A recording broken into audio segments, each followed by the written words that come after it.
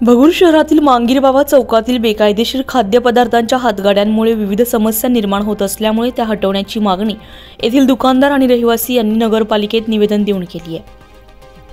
भगूर येथील मांगीरबाबा चौकामध्ये संपूर्ण अतिक्रमणाचा विळखा पडला असून येणाऱ्या जाणाऱ्यांना अडचणींना सामोरं जावं लागतंय। या ठिकाणी दवाखाना असा शांतप्रिय परिसर आहे। याच परिसरात मध्यवर्ती ठिकाणी बेकायदेशीर खाद्यपदार्थ विक्रेते हातगाड्या लावतात, त्यामुळे परिसरामध्ये खवय्यांची मोठी गर्दी होते।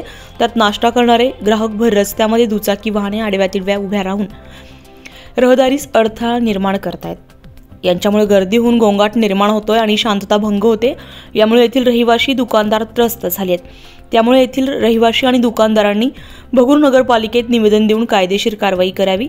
निवेदनात श्याम देशमुख, प्रकाश सुराणा, हरीश देशमुख, अशोक लोया, हर्षल देशमुख, बाळासाहेब लाहोटी, जगदीश देशमुख, गणेश निसाळ, यश देशमुख, प्रशांत लोया, राजू लोया आदींच्या सह्या आहेत। शिवाजी महाराज चौकात गेल्या अनेक दिवसापासून अतिक्रमण वाढत चालले आहे।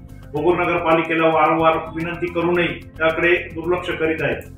त्यामध्ये आम्हाला आता असे वाटते की काही अधिकाऱ्यांचा वरद हस्त त्यांच्या डोक्यावर हात आहे।